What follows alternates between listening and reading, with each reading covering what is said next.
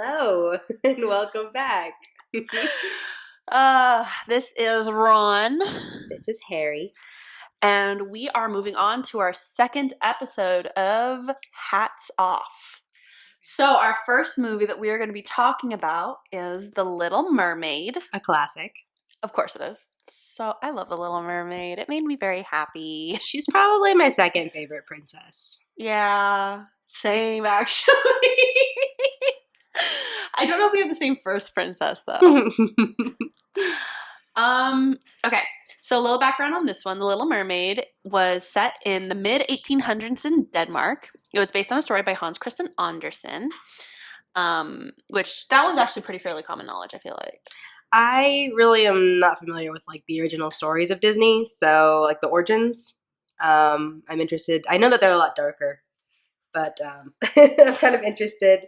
If they make a live action of this movie, it would be seriously intense, and I'm kind of hoping for it.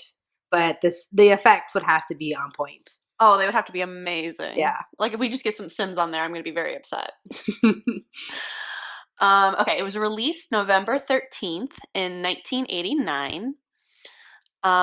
We have something I want to talk about, too, as we go through these, at least for the Disney princesses, is the ages of the princesses. Because I feel like that says a lot. In this one, we do have Ariel is 16 and Eric is 18. So that's not that big a difference. No, it was really appropriate, I thought. Yeah. And it also made sense in the actions that she took. Because, when I watched this movie, I think, oh, she's really dumb. And then I remember, oh, no, she's just 16. She's a child. She's a youngin'. But also, yeah, kind of stupid for a child, because I certainly wouldn't be making deals with sea witches at that age. I might have.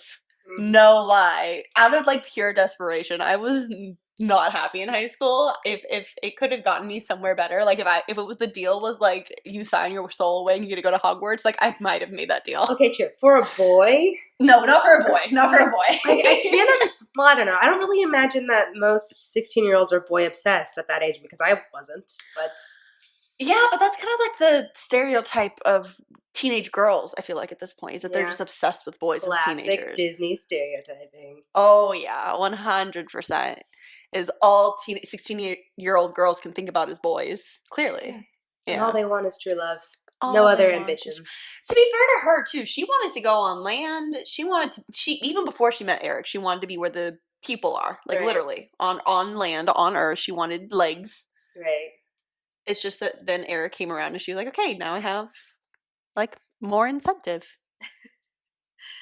Fun fact, when I was little, my parents really wanted to bring me out of my shell, and they forced me to do, young Christian youth theater.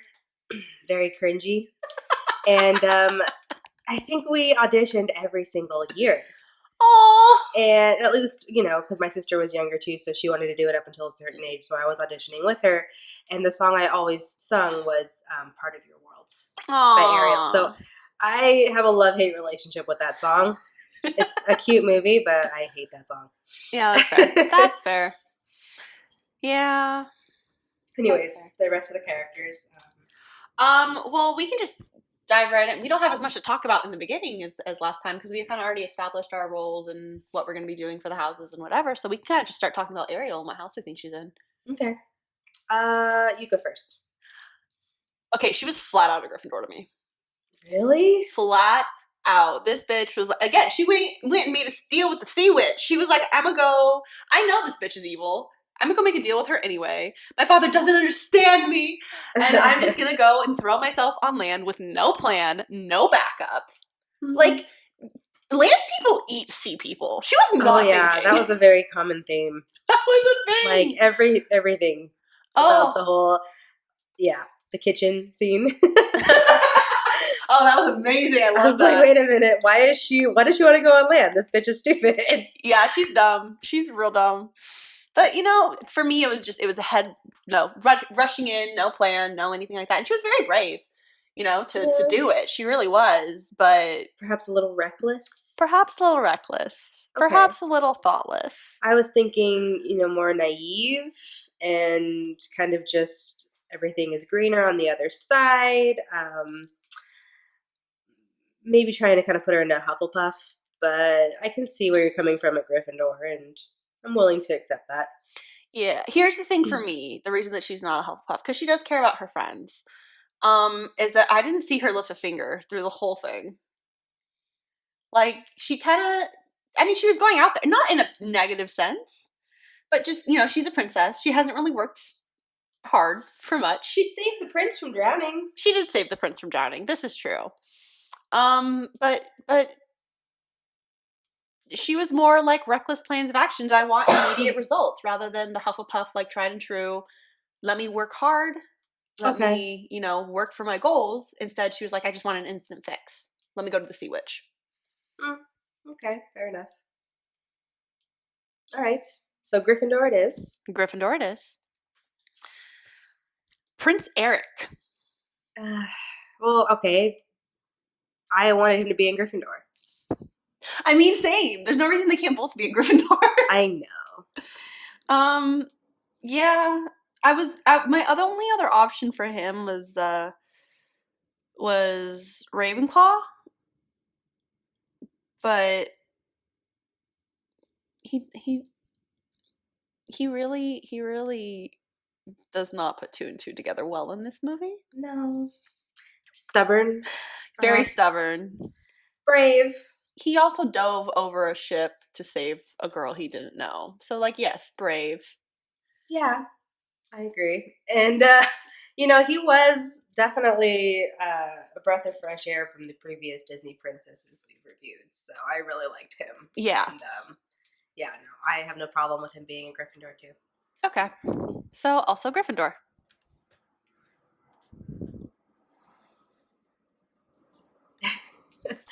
So next is Triton. Which for some reason I wanted to call him Poseidon. Well, okay. So fun little fact, Triton is actually the son of Poseidon in traditional Greek mythology. So in a sense, you're not wrong. He's just Poseidon's son, not actually Poseidon. Oh, I thought Triton. Like, honestly, I thought Disney ran out of clever names. It's like, yeah, let's call him after the fork he carries around. No. That's his trident. The Triton. No, the fork is named. Actually, I don't know because Poseidon carries a trident. Trident, however you say that word. I thought it's a trident. Yeah, so I think it is a trident. So I don't know if his son was named after his weapon or his weapon was named after his son. Either way, that's slightly concerning. Yeah. But it is Greek mythology, so the whole thing is slightly concerning. Yeah. Fair. That's a thing. I really liked him. I did too. He's a good dad. He's a good dad. He has his moments. I feel like he's very traditional and kind of close-minded, which doesn't necessarily make him a bad dad, but definitely makes him have some bad dad moments, I think. Sorry, we're getting some background noise. Okay, so there's an opinion that Triton kept insisting that Ariel needs a husband. She needs to marry. Oh, the king needs a wife. Why does the king need a wife? When was that a thing? I don't remember that being a thing. Oh, the opinion coming to us from the audience at this point is that King Triton needed a wife to balance out his parenting methods. Yeah, but the fact that he had to do both roles, I thought he handled it really well. Yeah, no, I don't think he needed a wife. I think he needed to, and this is something I think that a lot of parents, especially nowadays, need to do, is to sit down, remind themselves that they're not 16, but they were at one point. Yeah. And yes, this stuff that their kid is dealing with probably isn't life or death, but it feels like it to this kid at this time. And if you can be there and support them through that, then they're going to trust you in the future to be there for them again when it is maybe life or death. I don't know. I was super dramatic as a kid. I was too. And I work with kids who are even more dramatic because they're younger. And part of me just wants to laugh. Well, yes, and I understand that too. But here's the thing, is that for a kid, everything that's happening to them is happening to them for the first time. Yeah. And we kind of laugh because this is It's happened to us a million times, you know, it's not a big deal anymore. But it's happening to them for the first ever time, and it's huge and it's crazy and it's traumatizing. But the incident itself isn't going to stick in their minds. We're right. It's unimportant. But it's the parents' reaction. And but it's the parents' reaction that sticks. Okay, but also his reaction was fair. His daughter was missing. She was trying to go on land. Like, he clearly has, I mean, a bias against fishermen for a reason. He knows how dangerous it is. He's just trying to protect his daughter from being stupid, which she still is. So, I mean, I get it. Like, I thought that a lot of his temperament, his reaction, his response was fair. It was a fatherly moment. Oh, no, I 100% agree with you. It very much was. I just think that he would have done better to sit down and have a conversation with her and compromise. Instead of destroying all her things. Instead of destroying all her things. As somebody whose father one time did come into my room and push everything off of my freaking and destroy all my things. Yeah, okay. Like, I understand it doesn't make him a bad father. He lost his temper and he didn't hurt her. He just hurt things. So, you know, like, you lose your temper sometimes. And you hurt the people around you and the people you love. And he did feel guilty about it. It's not like, he felt guilty. He did. You know what I mean? Like, things happen and you get over it. And it doesn't make you a bad father. But I just think that he's very traditional and he has his opinions. And parents, a lot of the times, tend to forget that, you know, yeah, you have your opinions and you're probably right, but your kid doesn't know that. And if you just sit down and have that conversation, true, instead of getting angry and yelling, and all they're going to do is fight against that. And breaking someone's possessions is borderline abusive. So yeah, it's fucked up. It's fucked up. Sure. It is. Yeah, I can agree with that part of it. But the fact that he did feel guilty and, you know, really he just wanted her to be happy. Like, when he was all giddy because he thought that she had found someone. That was really cute. So, I mean, yeah, okay. He's not the perfect father. We can agree on that. But, you know, where shall we put him? I was going back and forth between Gryffindor and Hufflepuff. Because the Gryffindor, just because of... We're really mean to Gryffindors on this channel. I'm sorry. But he has a temper. But he's very hardworking as well. And he cares for all of his people. He's very caring. He's very kind. He cares about his people. And that anger could also be attributed to that, like, possessiveness almost of, like, you're going to hurt my daughter or my daughter is going to hurt herself. I'm going to dig myself in and I'm going to attack you. Yeah. But he seemed very fluffy otherwise and, like, soft. So, like, I feel like Hufflepuff could be a good fit for him, but I'll defer to you whether you think Gryffindor or Hufflepuff or if you have another opinion. But I would say Slytherin. Slytherin? Mm-hmm. Okay, why? He has the temper. He feels like all of his actions are right. Like, he's the only, his opinion, how does that saying go? Like, my way or the highway kind of thing. Mm-hmm. He knows what's best. But Slytherins can be softies too. Yeah, but knowing feeling like you know what's best isn't a Slytherin trait, I don't think. No, but the abusive part of it, or at least the destroying of all her things. I feel like Slytherin would be more subtle. Like, I feel like that's a very Gryffindor brash, like, I'm going to lose my temper and, like, destroy all your stuff. You know what I mean? Rather than a Slytherin would, like, make some cutting comment to, like, drop you to the floor and make you cry. I'm not saying we don't have our problems, but, like, I feel like the way we go about it is different. Yeah, okay. Like a more bronze. Okay, I get that. I don't know. I mean, when I originally watched it, I was like, oh, Gryffindor for sure. But, like, talking about it more, I was like, well, maybe Slytherin. But, okay, I guess we have all Gryffindors so far. Okay, so yeah, we're going to go with another Gryffindor then, because that's the one we agree on. Ursula, who will not be a Gryffindor for sure. No. I love Ursula. Fun fact, too. They originally, when they were making this movie, had Triton and Ursula as siblings. Yeah, that was part of the original plot, was they were going to be siblings, and she was, like, turned away or cast away or something, or ran away. Well, something along those lines. She was cast away, yeah. And so that's still kind of, like, semi-canon, and some people kind of take it as canon, is that they were siblings that were separated because she, like, was cast out of the family for doing witchcraft or something. But she's an octopus. Well, when an octopus and a fish person love each other very much... They become a sea witch. Got They become a sea witch. it. Okay, sure. I mean, this is a cartoon kids movie. Like I feel like. Also, fun fact: Ursula is based off of a drag queen whose name I am forgetting, but who is amazing and is a actual drag queen and was awesome. Let me see if I can find that name. Divine. Her name was Divine, and she was awesome. And so that's why she has like the really dramatic makeup. That's part of the reason. Oh, I can see Yeah. that. Yeah, the eyeshadow, definitely. Yeah. And I mean, she looks awesome. I love Ursula. But yeah, that's part of the reason why she had just the dramatic makeup and like the very over the top dramatic actions. Is she was based off of this. I enjoyed her as a Divine. villain. I really did. I love Ursula. She's fantastic. Yeah.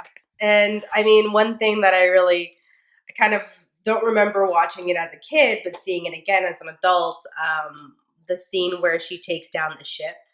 And you just, it's almost like the Kraken engulfing a ship. And I was like, wow, like way to capitalize her entire character. Like, oh, okay, great. She's a badass villain and she's going down. She's taking everything with her. I loved her. I loved her so much. I loved that whole part. That scene was amazing. It was good. It was good. It was good.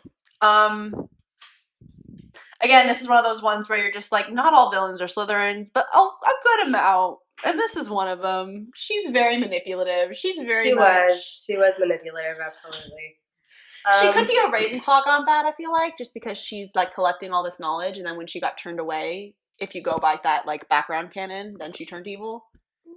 Okay, but that was less hinted in the movie. And she very much manipulated Ariel. Yeah. Left things out of the contract. She did do things by the letter to the contract too, though. So that's very Ravenclaw. Was like, yeah, the letter of the contract says this, this, and this. Yeah. And you messed up, so bye, bitch. Yeah. I'm trying to argue myself into Ravenclaw right now. I know, I can tell. I still think Slytherin is the more appropriate house. Yeah, no, you're probably right. Is this going to be a thing? Like, I would love to argue that not all villains are going to be Slytherin. Yeah. Hopefully we can find characters that aren't that mold, but... there's a couple coming up, I know. Yeah. Slytherin is appropriate for her. Okay. Sebastian! Ugh. He's such a dumb shit, and I love him. Yeah. I don't even know. I forgot how much, like, how, I forgot how funny his character was, and, like, aside from the really catchy songs, like, he's pretty much made a fool of the entire time. Yeah. He's a scaredy cat. He is a scaredy cat. I felt like he was Okay. I felt like he was very Ravenclaw. Ravenclaw, huh? Yeah.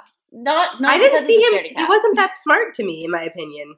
Well, wasn't he like assisting the king and shit with stuff? He was like playing informant to the king, and not as much as Zazu, but I always equated him with Zazu in that way, that he was kind of like one of the, I don't know what the proper official term is. He's a rule follower. He is. He's very much a rule follower. He's very much like, no, we can't do that. Yes, I wasn't going to say that, but yes, that was from our audience, yeah. And his intelligence is correlated with the music aspect of the movie. Yeah. So, yeah. He's a conductor, too. Yeah, he was good. I could see that. Yeah.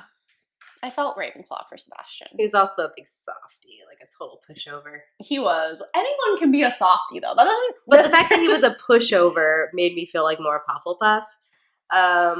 Have you ever tried to get a honey badger to back down when it didn't want to? For their friends. Obviously not against their will. But, okay. Ravenclaw. Okay, so... Flounder. I think we were really disappointed with his character. He didn't have a lot of character to him. He was mostly just scared the whole time. Yes, he was a scaredy cat. While that is very true, Oh, wait. Okay, wait. Are you jumping in? yeah, I'm here. I'm recording. Okay, awesome. Okay. Then we also have Oh, I'm Luna. Luna. Hello, I'm back. Luna is with us, officially joining back to the podcast. This fool. Just because of Flounder. I feel like it was just because of Flounder. Yeah, I disagreed with you guys earlier when we were having this discussion. You guys called him a muggle. I thought about it for a second because, you know, most of his personality is just scared. Well, while that is very true, I don't care how scared he is, he's never left Ariel's side. He's very during any loyal. of this. Yeah, he is. He's very loyal to Ariel. And we did talk about how when Ariel signed the contract, she was basically human And dead. At Should have the been bottom of real the dead. and Flounder and Sebastian dragged her ass all the way up to the surface. So Yes. yeah, Yes, they they're did. both very loyal. This is true. And yeah, he does a lot of stuff beside her, even if he is horrified out of his mind. Like when at the end, when Ursula is murdering everybody, Flounder's right there next to Ariel. Yeah. This is true. This is true. This is fair. So yeah, I think we were thinking Hufflepuff for him because of the loyalty. Hufflepuff. Yeah. Because of the loyalty aspect. Loyalty. He embodies loyalty. Mhm. Yeah. Even though he's scared. A scaredy cat. He doesn't do anything, Yeah. but he's loyal. But he's I loyal. gotta give him that. I He's gotta a give him that loyal loyalty. coward. He is. It happens. Mhm. Not everybody can be Yes. brave like Gryffindors. On that Not even all little. Gryffindors are brave. So Yeah, that's And true. also not saying that all Hufflepuffs are scaredy cats. It's just yeah, but more about loyalty is a very No, big he was not part. put in Hufflepuff because he's a scaredy cat. He was almost put a Muggle because he's a scaredy cat. Right. On that note, too, there will be Muggles Yeah. if we feel that they don't fit or they don't fit into any of the characteristics of the house, or we just don't. If they like don't them do a lot. anything. If they don't do anything. Or house elves. I'd love to play someone as a house elf. Yeah. There might be house elves. We'll You see. literally We'll- spent this whole movie doing what everybody else told you to do for no reason. Yes. Cinderella is a house elf. We promise we Yeah. will be as I used a term that I already forgot. We will be as diplomatic as possible Yeah. with making those choices. Yeah. It's not just going to be for no reason at all. There will No. be reasons behind these choices. Yes. Okay. Founders Hufflepuff.